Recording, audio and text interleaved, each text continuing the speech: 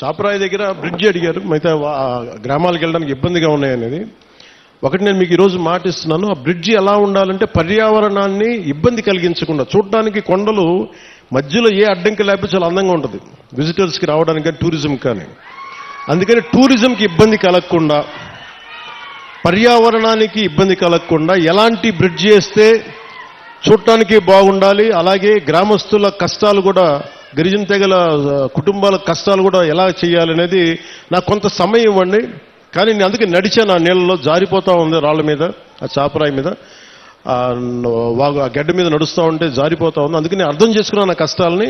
నాకు కొద్దిగా సమయం ఇవ్వండి, దానికి ఖచ్చితంగా ఒక అందమైన పరిష్కారం ఎదుగుతాం. పర్యావరణానికి ఇబ్బంది కలగకుండా, టూరిజం పెరిగేలాగా, మీకు సౌకర్యంగా ఉండేలాగా ఒక తక్కువ సమయంలో, ఒక 2 నెలల సమయంలో ఒక పరిష్కార మార్గం తీసుకొచ్చి మీ ముందు తీసుకొస్తాం.